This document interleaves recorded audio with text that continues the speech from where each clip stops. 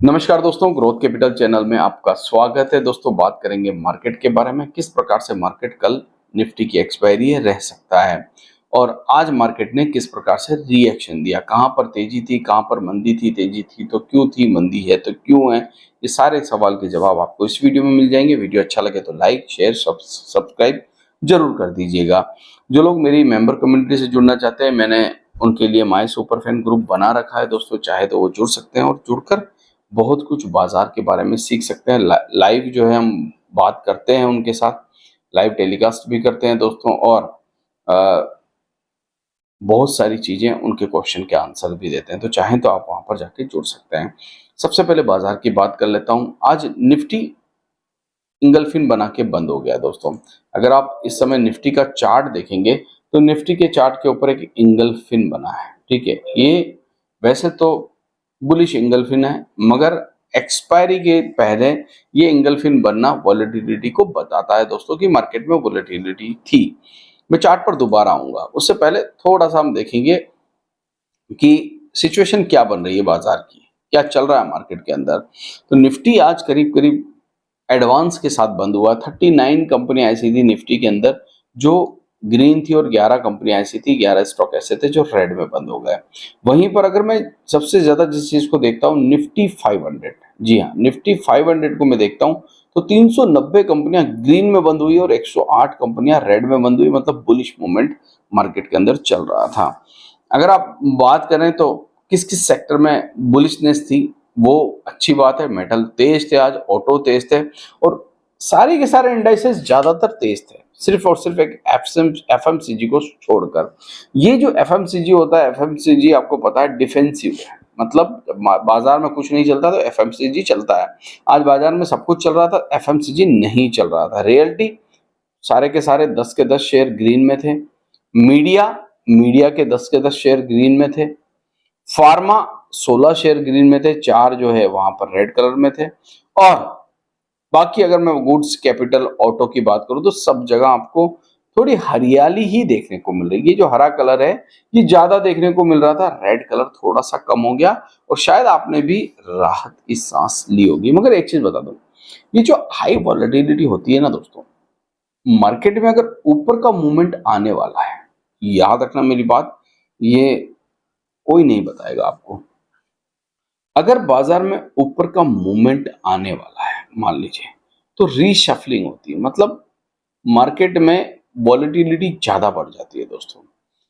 कई बार हमने देखा है जब मार्केट बॉटम बनाता है, ठीक है, अगर मैं निफ्टी के चार्ट पर एक बार आपको ले जाना चाहूं, जब मार्केट बॉटम बनाता है तब भी ये चीज बहुत ज्यादा होती है, वॉलेटिलिटी। देखिए, ये जब मार्केट बॉटम बना रहा था ना इस जगह पर, ये वाला इंगल्फिन देखिए आप, सेम आज का एंगलफिन और उस दिन के एंगलफिन को अगर आप देखेंगे, ये बिल्कुल एक जैसे एंगलफिन है। चलिए मैं इसको थोड़ा सा जूम कर देता हूं आपके लिए। ये जब बॉटम बन रहा था तब भी ऐसा ही एंगलफिन बना था। ये मैंने आपके लिए थोड़ा सा इसको जूम कर दिया। ये वाला एंगलफिन की मैं बात कर रहा हूँ। तो 22,400 22,600 के बीच में ये एंगलफिन बना था। मतलब ऊपर और नीचे 200-300 पॉइंट की बड़ी वॉलेटिलिटी हमें नजर आई थी। उसके बाद ऐसा एंगल्फिन नहीं बना दोस्तों। आप देख लीजिए, जिसका कलर ग्रीन है, ये एंगल्फिन आज बना है दोबारा। परसों बहुत तेजी थी, कल बड़ी गिरावट थी, आज ग्रीन में बंद हुआ एंगल्फिन के साथ। हाँ, अब क्या मार्केट एक बड़ा मूवमेंट ले सकता है? अब इसमें बहुत सारी चीजें हैं दोस्तों। पहले एक चीज देखते हैं हम। आज अगर आपने देखा हो तो मिड कैप स्मॉल कैप बहुत तेज थे। मिड कैप सपोर्ट के ऊपर बना हुआ है 55,500 के ऊपर। स्मॉल कैप भी सपोर्ट के ऊपर बहुत अच्छी तरह अपने आप को ढाल रहा है। ठीक है, हालांकि रेजिस्टेंस आने वाला है, इसके लिए क्या क्रॉस करके ऊपर जाएगा, हालांकि सपोर्ट के। अब मार्केट में तेजी के कारण क्या है? अब एक चीज मैं आपको बताऊं दोस्तों, यहां पर आपने देखा आज निफ्टी ज्यादा नहीं चला, 88 पॉइंट, वो भी लास्ट में।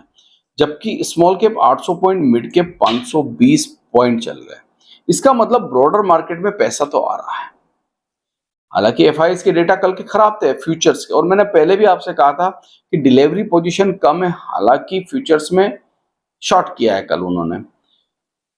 अब अगर ब्रॉडर मार्केट पे पैसा आ रहा है दोस्तों, मिड कैप स्मॉल कैप पे पैसा आ रहा है, मतलब कॉन्फिडेंस हिला नहीं है मार्केट में कॉन्फिडेंस।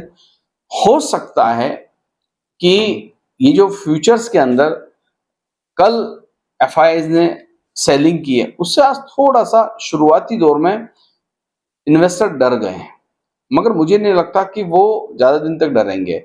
निफ्टी का इंपॉर्टेंट पॉइंट, अगर निफ्टी के सपोर्ट की बात करूं, 24,250 का इंपॉर्टेंट सपोर्ट है, जिसके ऊपर मैंने ये ट्रेंड लाइन बना रखी है, जिसको हमने बहुत दिन तक यहाँ पर कंसोलिडेट किया। इसका मतलब इतने दिन तक कंसोलिडेशन करने के बाद कि बहुत इंपॉर्टेंट सपोर्ट बन जाता है। अब अगर मान लीजिए ऐसे ही निफ्टी 24,600 को होल्ड करता है, तो ये भी एक सपोर्ट बन जाएगा, मगर पहले आपको 24,250 का ही सपोर्ट नजर में रखना होगा।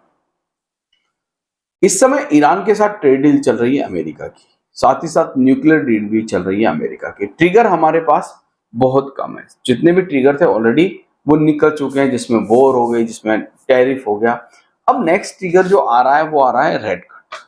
बाजार उसके ऊपर, ये कल मार्केट ने सोच लिया था जब सीपीआई के डेटा आए थे, इन्फ्लेशन के डेटा आए थे, कि आने वाले समय में रेट कट होगा, लिक्विडिटी आएगी। मगर एक प्रॉब्लम है मार्केट को, वो है एफआईआईज। देखिए अमेरिका ठीक हो गया, चाइना ठीक हो गया, डील हो गई तय, कोई दिक्कत नहीं।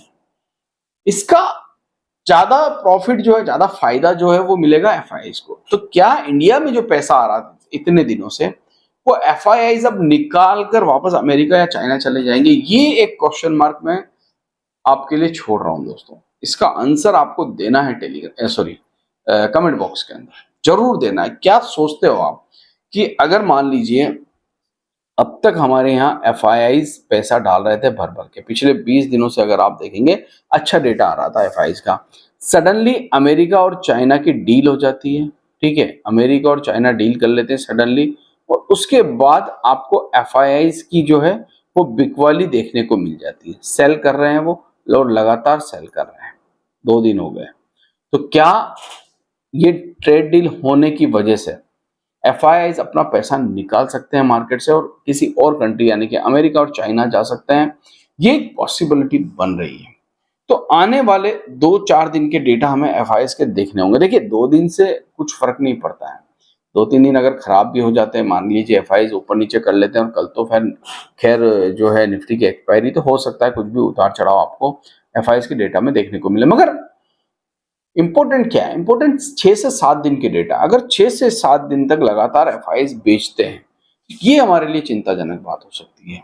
तो इस चीज को हमें देखना होगा। निफ्टी जो है कल के दिन मुझे लगता है गैप अप होना चाहिए, और गैप अप होने के बाद सस्टेन करना चाहिए 24,600 का लेवल। अगर किसी भी कारण से वॉलेटिलिटी हाई होती है दोस्तों, और किसी ने शॉर्ट बना रखे हैं और शॉर्ट कवरिंग स्टार्ट होती है, तो निफ्टी फिर 25,000 टच करने में समय नहीं लगाएगा। आशा करता हूँ ये वीडियो आपको अच्छा लगा होगा। अगर अच्छा लगा है तो like share subscribe. Thank you, धन्यवाद।